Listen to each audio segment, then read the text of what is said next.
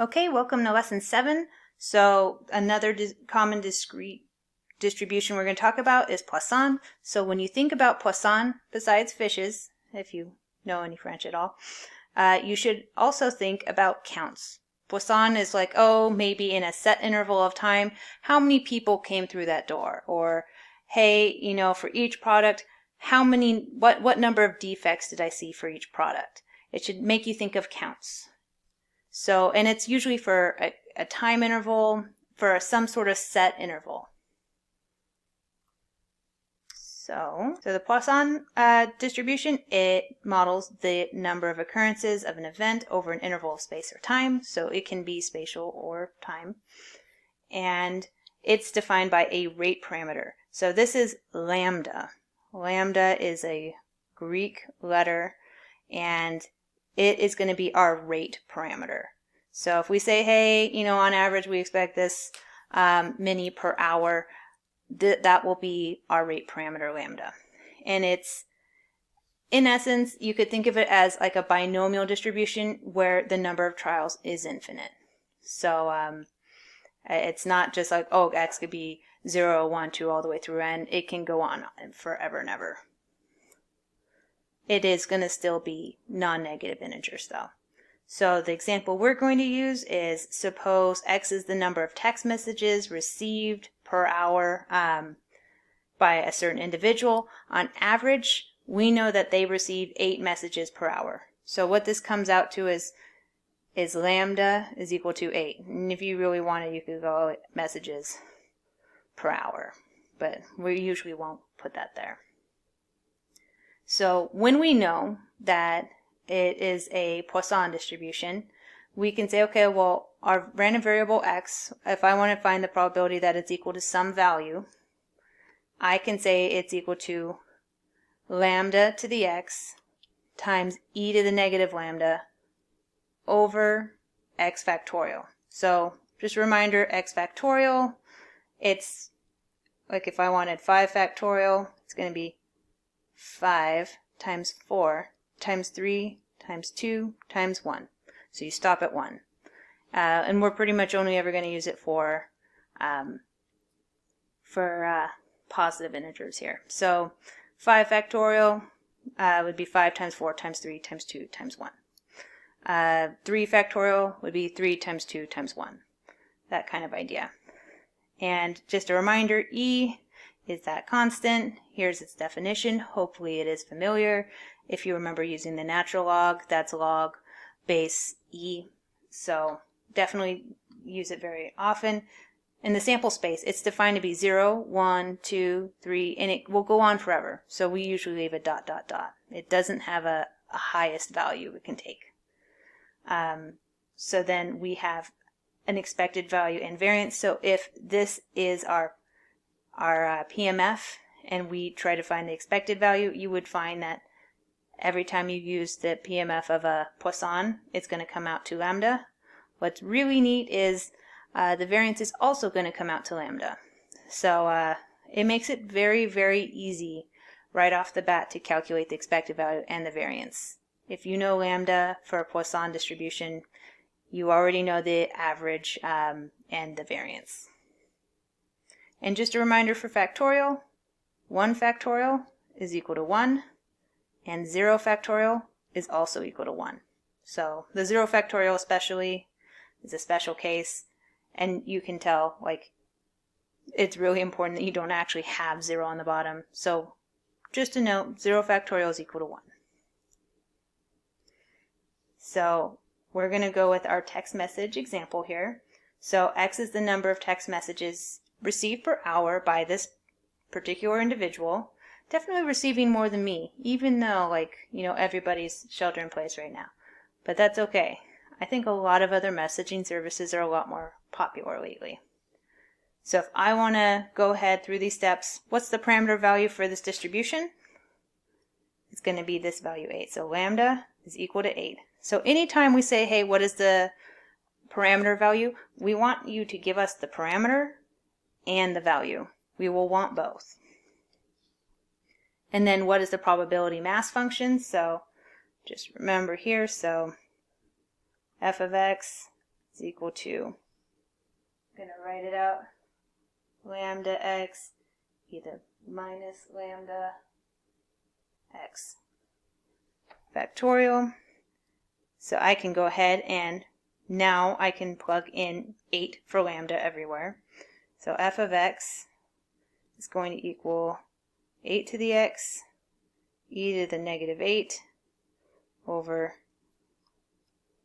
x factorial for x equal to 0, 1, 2, ... and 0 else. So if you have a value of x that's anything besides 0, 1, 2, 3, 4, like non-negative integers, there's going to be no probability associated with that. So my probability mass function, you see, honestly it's going to not be perfectly symmetric, but it's going to look more and more symmetric the higher that lambda gets. But it's going to be, just know that its peak is at 8. Your peak is going to be at 8. And definitely feel free to work with R. You can absolutely start plotting out probability mass functions if you want to see what it looks like. Even if you go on something like Wikipedia, like they'll show you like all these different value lambdas and what those particular distributions look like. So how many text messages should we expect to get in an hour? It's asking for the average. So remember, the giveaway here is expect. It means what is the expected value? What is the average? So my expected value for x, it's just going to be equal to lambda. So I should expect to get 8 text messages. So my standard deviation of x, so this is that two-step thing again where you're going to find the variance first, then square root it to get your standard deviation. But the variance is really easy to find here because it's also equal to lambda. So that's equal to 8. So my standard deviation for x is going to be the square root of 8. So it's going to be between 2 and 3. Let me see.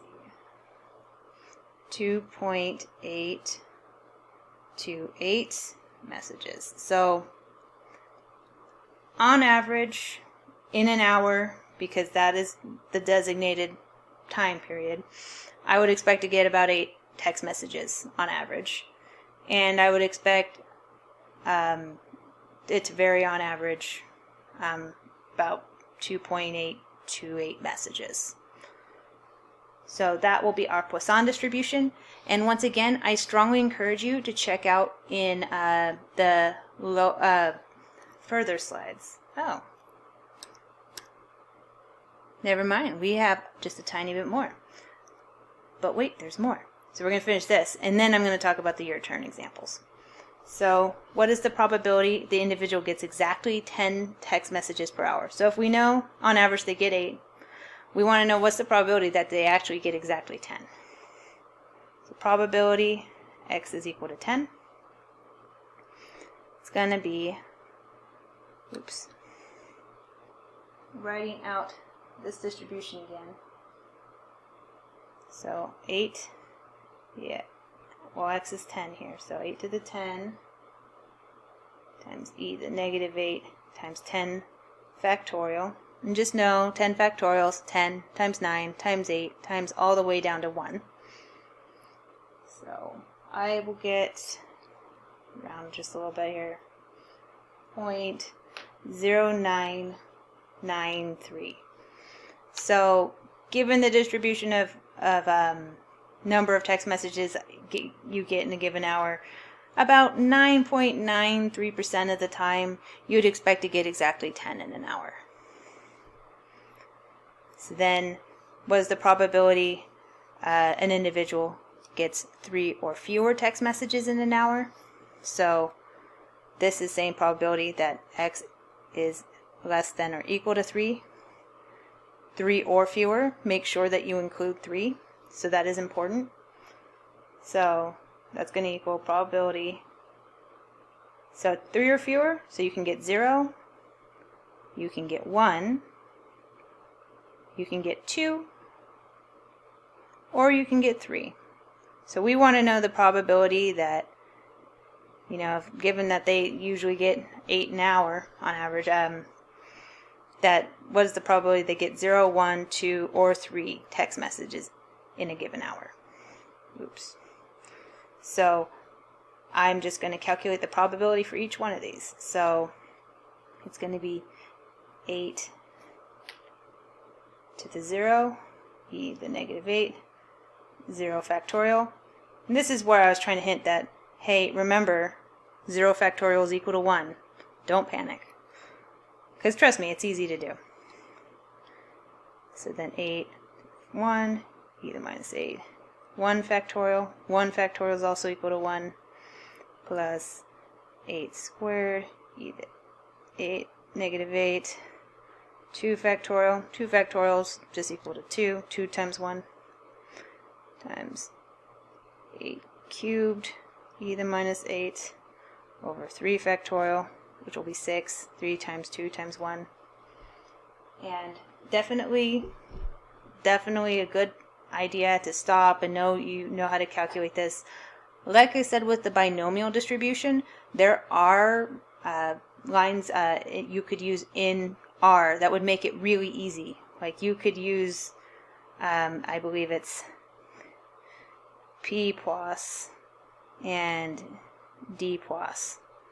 These two functions, you can find like this at plus, put this into one of those functions, and you can find those probabilities really easily. But by all means, put it in your calculator. I don't recommend putting in one line. Really easy for it to go sideways. But you are welcome to if you would like. So I end up getting about 0.04238. So if on average you expect 8 per text messages per hour, the probability that you would see an hour where you get 3 or fewer, that happens about 4.238% of the time. So not too often, but it does happen.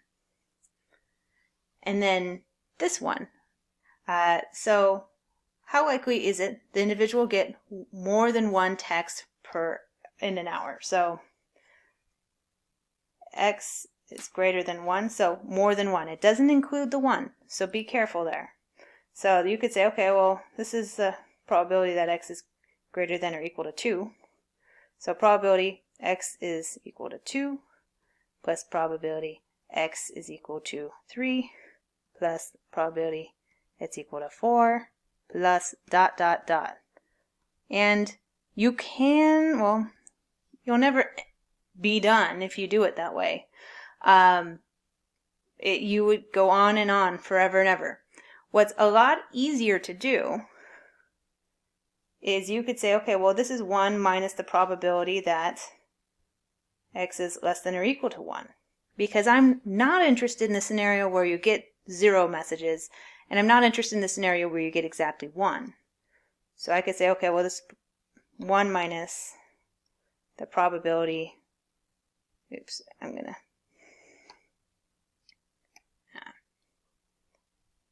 the probability it's equal to 0 plus the probability it's equal to 1.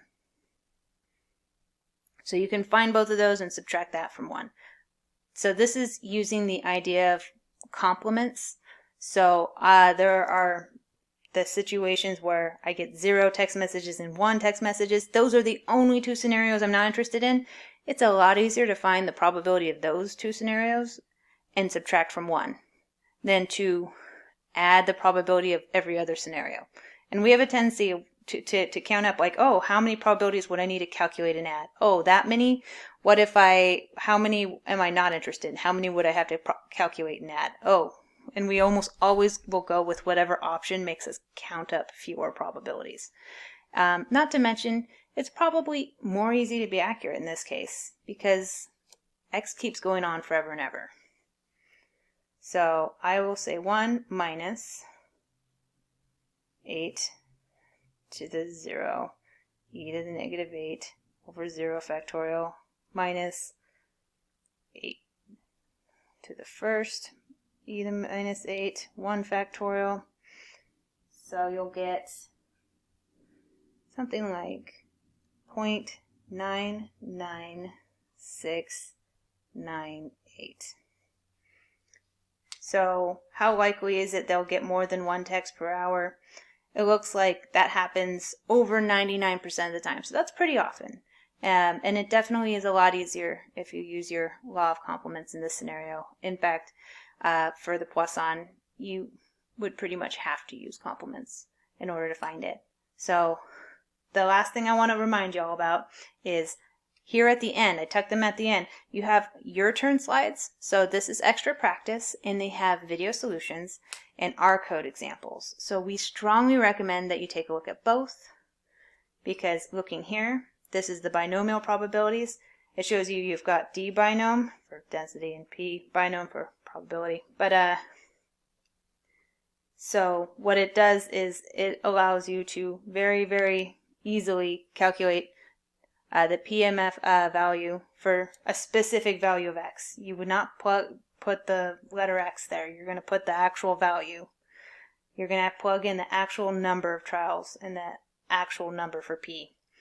And it will give you the probability for like X equal to that value. So it finds you this value. Versus you use P binom, it gives you the CDF value. So super useful. Know if you open this up in the PowerPoint, there are video links on here. So it'll take you to a YouTube video link that gives you a tutorial on it. So same for the Poisson video tutorial. Strongly recommend looking at it here. And then your turn examples. Can't emphasize enough. Almost everybody, the major thing that they ask for more of is more practice. They want more to practice here. There are a lot of extra practice problems at the end of every single set of notes. And they're in the form of your turn. So here, something about African safari, looking at giraffes and elephants. I recommend giving it a try before you watch the video solution. But just know that all of these, they are worked out. Katie Jager put together these videos. They're really, really great. Strongly recommend. So I hope that you had a good first week of classes. I know it's a little screwy. Things have definitely gone sideways. But hang in there, and we will do it. So we're in there together. I'll see you next week.